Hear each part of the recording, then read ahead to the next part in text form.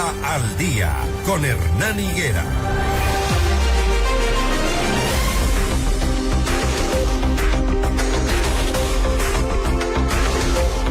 Las 6 de la mañana, 42 minutos, 6:42 minutos. Estamos ya con Ramiro García, abogado penalista.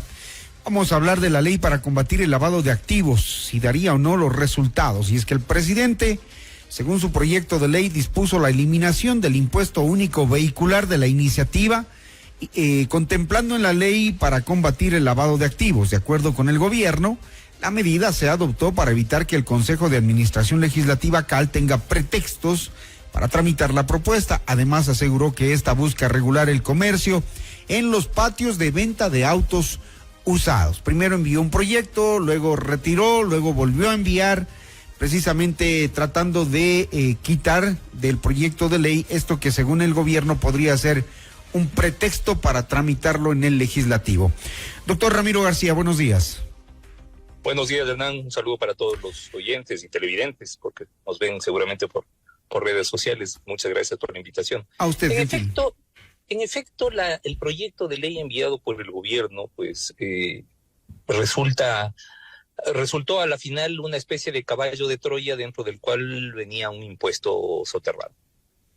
Y ni siquiera soterrado, expreso. Uh-huh. Cuando la opinión pública, pues, puso en relieve que era el punto medular del proyecto de ley remitido por el gobierno, pues vio que iba a ser muy impopular y decidió retirar el impuesto que quería poner. Impuesto único vehicular. Además, el hecho generador no era comprar, no es que uno tenía que pagar un impuesto al comprar un vehículo, no, por el medio hecho de tenerlo. La pregunta es, ¿qué combate al lavado de activos se hace creando un impuesto a la propiedad de vehículos? Eso no tiene ningún sentido. O sea, nos quisieron clavar un impuesto cuando la gente se dio cuenta y se armó el alboroto porque eso era una ley impuesta, era más, pues, y además en temporada electoral se dio cuenta de que esto no iba a ser muy bien visto y retiró. ¿Usted dice que se pretendió engañarnos?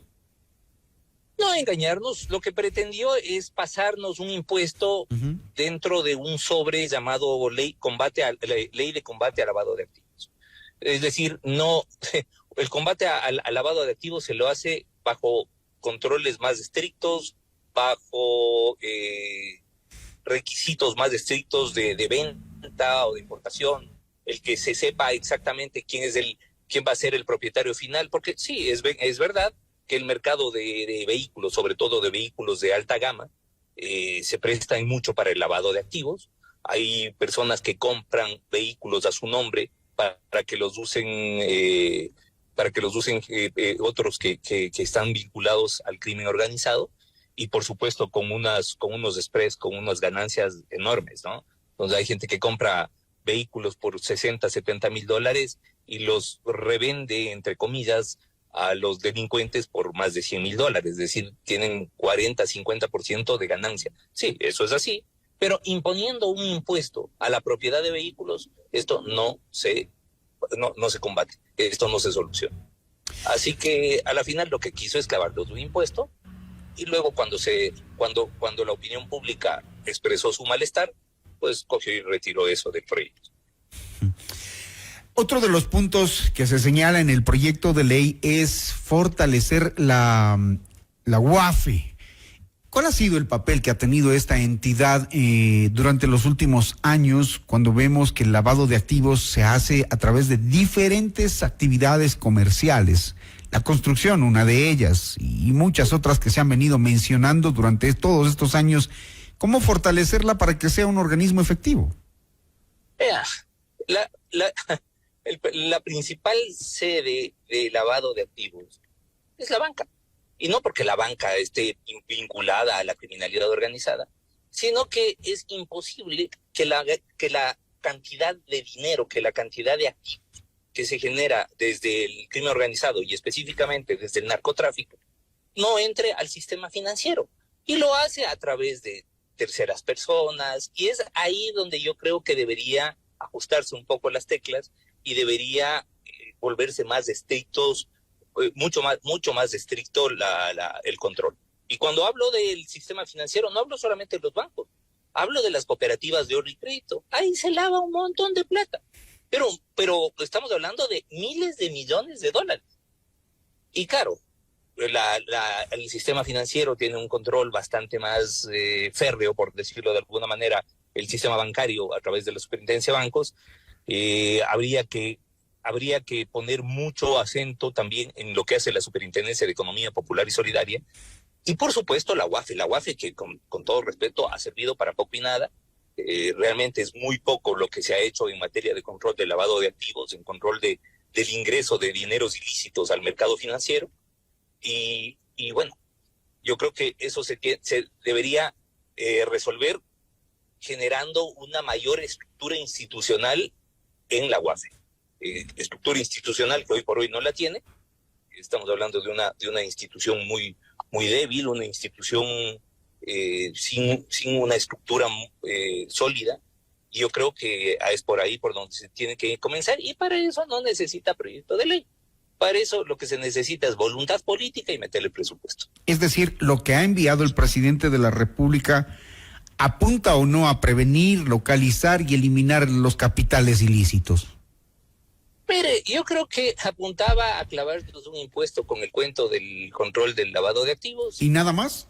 Yo creo que el momento en que se retiró ese tema del impuesto, esta ley es una mesa de dos patas, que no funciona, no le veo utilidad.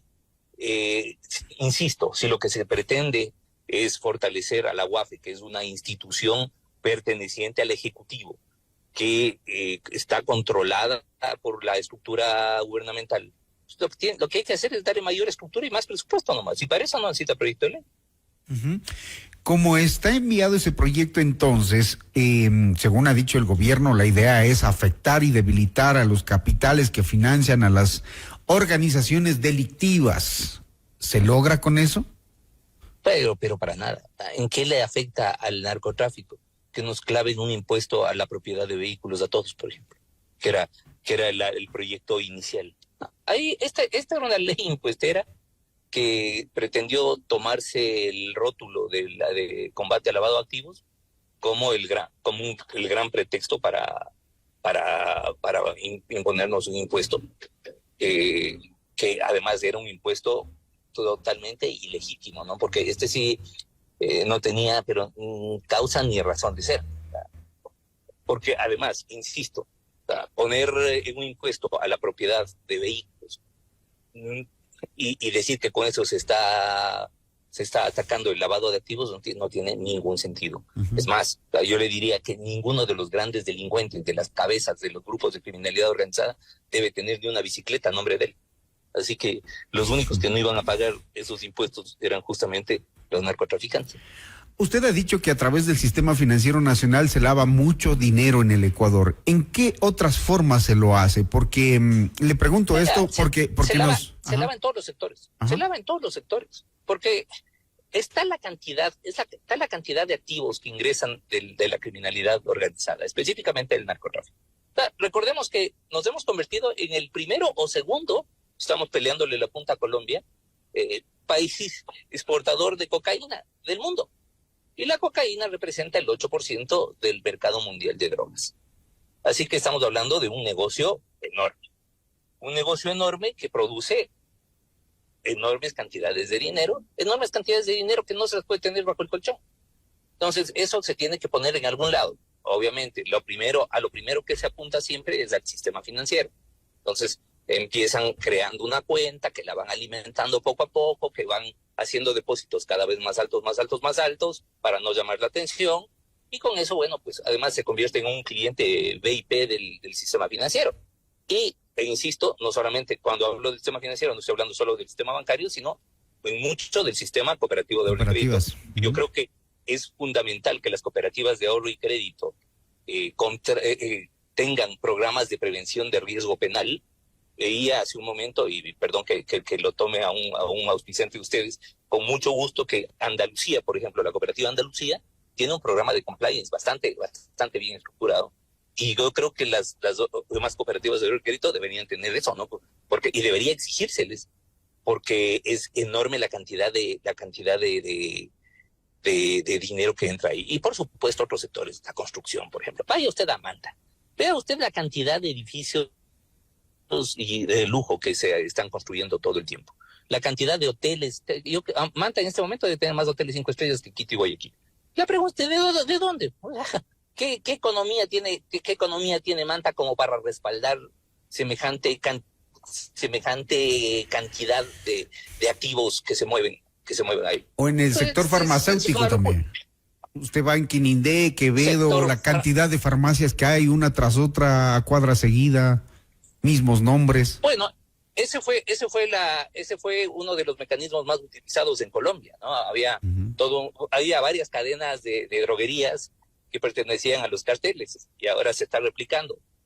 Acá, por ejemplo, no tenemos los casinos, que también es otro escenario de lavado de activos enorme, porque uno puede cambiar fichas todos los días en efectivo y luego esas fichas volverlas pedir, inclusive que le den a uno un cheque del casino por las fichas que uno ha cambiado.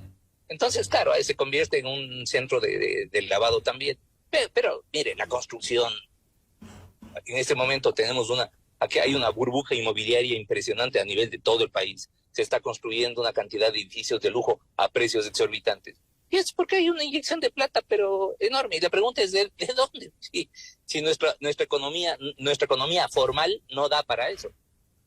Y claro, otros sectores que también en los que también se mueve muchísima cantidad de dinero en efectivo, por ejemplo, la pesca, por ejemplo, el sector camaronero, el sector cafetalero, que se hacen compras en efectivo enormes supuestamente a los productores. Y bueno, muchas veces se paga 100, pero se hace constar en el contrato por 300, ¿no? Y por sobre 200, y con eso ya se lavó la plata. Entonces, vea, el tema es que debería haber una estructura en específico. La UAFE debería tener una estructura diferente, muchísimo más sólida, muchísimo más consolidada, pero para eso no necesita un proyecto de ley. Para eso lo que se necesita es voluntad política y meter el presupuesto. Y entonces el destino de este proyecto, ¿cuál debería ser? ¿Retirarlo? ¿Que la Asamblea lo devuelva? ¿Qué? Yo creo que sin el componente tributario que quiso introducirle el gobierno, este proyecto no debe ser de interés ni siquiera para el propio presidente de la República. Okay. Claro, lo interesante era clavarnos del impuesto. Una vez que se generó mucho malestar y que la gente y que los medios de comunicación, y eso hay que reconocerlo, pues dieron mucha difusión al análisis que hemos hecho algunos juristas sobre el tema y algunos expertos en materia tributaria, pues claro, obviamente lo retiró, ¿no? Doctor, no puedo dejar de pedirle un comentario y un criterio jurídico sobre lo que está pasando en el Tribunal Contencioso Electoral, la descalificación de Topic y también el tema de la vicepresidenta, ocurridos este fin de semana. Ve, Hernán, para que el secretario general de la OEA se haya pronunciado, quiere decir que es un caso, pero clamoroso, cuidado, de vulneración de derechos de derechos políticos y de vulneración de derechos democráticos de todos, porque en esto no es que le están afectando solamente al señor Topic, no están afectando a todos, porque están comiéndose nuestra estructura democrática. Se está queriendo matar a los contendientes, matar políticamente a los contendientes para jugar solos, en cancha sola. Eso no tiene sentido. Eso no tiene sentido y es una vulneración a una serie de derechos. Me parece que el Tribunal Contencioso Electoral se ha convertido en una estructura perversa para la democracia. Creo que en este tema debería acudirse vía acción extraordinaria de protección ante la Corte Constitucional con una acción extraordinaria de protección con medidas cautelares bien fundamentadas y bueno, pues una vez más esperar que sea la Corte Constitucional la que nos arregle un poco el esquema jurídico. Lo mismo en cuanto a la vicepresidenta, es una barbaridad lo que hicieron. Ni el presidente ni la vicepresidenta de la República están sometidos disciplinariamente a la Ley Orgánica del Servicio Público, a la LOCEP. Ellos tienen un régimen especial que está además expresamente reglado en la Constitución. Entonces, no es que al presidente yo puedo pedir que me manden el registro de asistencias del presidente para ver si se ha aplazado. No. El presidente y la vicepresidenta solamente pueden ser sancionados a través de procedimientos específicos. Me refiero a procedimientos de juicio político o obviamente a través de procesos penales por delitos expresamente señalados en la propia Constitución, no cualquier delito. Pues en este caso se está queriendo pues aplicar una sanción administrativa por parte de una subordinada a la vicepresidenta, me refiero a la ministra de Trabajo, que ha llevado adelante este sumario administrativo que no tiene pies ni cabeza.